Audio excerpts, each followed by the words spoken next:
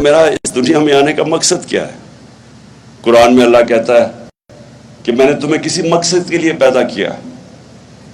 ہر انسان اپنا مقصد ڈھونڈتا ہے، لیکن وہ مقصد کریکٹڈ ہوتا ہے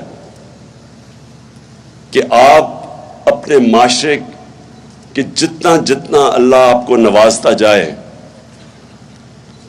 تعلیم دے، پیسہ دے، شہرت دے، پاور دے، ایک ہی امتحان انسان کا ہوتا ہے جو اللہ اور آخرت پہ مانتا ہے. ایک ہی چیز ہوتی ہے کہ آپ دوسروں کی زندگی بہتر کیسے کر سکتے ہیں. آپ کا جو امتحان ہوگا، ہم سب کا امتحان ہوگا، جب ہم اپنے رب کے پاس جائیں گے تو وہ ایک ہی سوال پوچھے گا کہ جو میں نے تمہیں دیا تھا تم نے اسے کیا کیا انسانیت کے لیے. اور یہ جب آپ کی تعلیم اور یہ کہ مقصد زندگی کا یہ ساتھ ساتھ جاتے ہیں. جو علامہ اقبال، جو میں نے بڑا انسسٹ کیا کہ اقبالیات پڑھائی جائے، کیونکہ علامہ اقبال ایسا ایک جینیس تھا جو شاید ہی مسلمان دنیا میں کوئی 400-500 سال تک اس طرح کا جینیس نہیں آیا. تو علامہ اقبال کی جو شاعری ہے وہ سارا وقت کنیکٹ کر رہی ہے انسان کو اوپر والے سے، مقصد زندگی کا.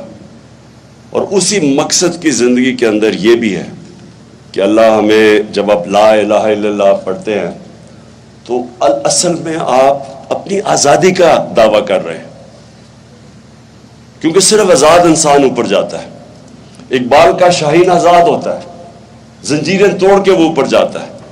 تو جو آپ کی ساری سٹرگل بھی ہوتی ہے زندگی کی، وہ یہ زنجیریں توڑنے والی ہوتی ہیں. ایک تو سب سے بڑی زنجیر ہے جہالت کی، جاہل لوگ آزاد نہیں ہو سکتے. تو ایک تو آپ کو تعلیم مل جاتی ہے.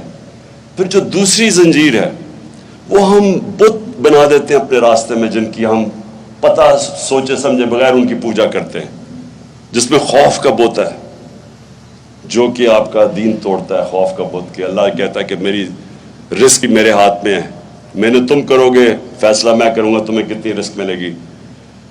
ذلت عزت میرے ہاتھ میں ہے، کوئی تمہیں ذلیل نہیں کر سکتا. اور پھر زندگی موت اس کے ہاتھ میں ہے. یہ کیوں اللہ نے اپنے ہاتھ میں رکھا تھا؟ انسان کو آزاد کرنے کے لیے، یہ اس خوف سے آزاد کرنے کے لیے. اور پھر قرآن کی آیت ہے جو لوگ ایمان لے آئے اللہ ان کے خوف دور کر دیتا ہے.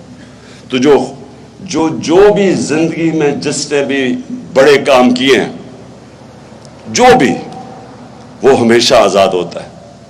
وہ ہمیشہ اس نے اپنے خوف کے اوپر قابو پا لیا ہوتا ہے. کرکٹر بھی ہے تو جو ہارنے سے ڈرتا ہے یا جو تیز بولر سے ڈرتا ہے، جب تک وہ خوف کے اوپر قابو نہیں پاتا بڑا کرکٹر نہیں بنتا. بزنس مین ہے جو ڈرتا ہے، نفع نقصان سے ڈرتا ہے، وہ بڑی رسک ہی نہیں لیتا، وہ اوپر ہی نہیں جا سکتا. جو سب سے بڑی میں مثال دیتا ہوں، جو سب سے پہلا آدمی ماؤنٹ ایوریسٹ کے اوپر سب سے اونچے پہاڑ پہ پہنچا تھا، اس سے پہلے سب مر گئے تھے، یا وہ مر گئے تھے یا وہ فیل ہو گئے تھے ماؤنٹ ایوریسٹ پر چڑھنے کے لیے. تو اس نے اپنے خوف کے اوپر قابو پا کے اس نے پھر فیصلہ کیا.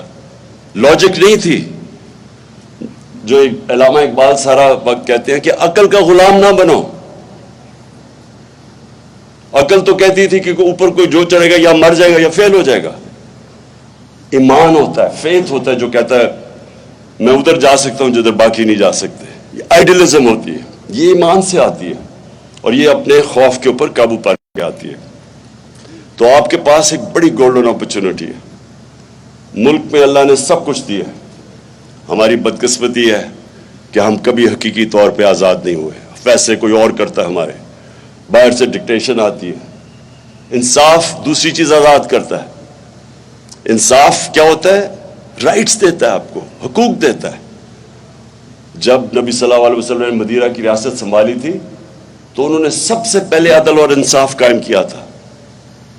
رائٹس دیے تھے، خواتین کو رائٹس دیے تھے، پہلی دفعہ غلاموں کو رائٹس دیے تھے، اور پہلی دفعہ انصاف دے کے جو معاشرے میں پھر خوشحالی آئی تھی.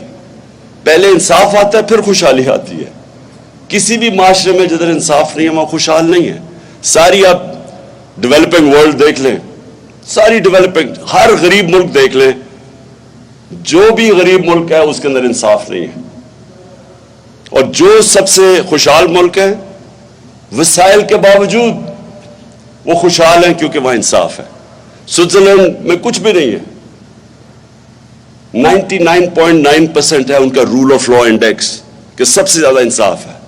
ساری مسلمان دنیا میں 20% سے کم انصاف ہے، ہم رول آف انڈیکس میں 20% سے کم ہے۔ سو یہ جو ہے، یہ انسان پھر اس کے لیے جد و جہد کرتا ہے۔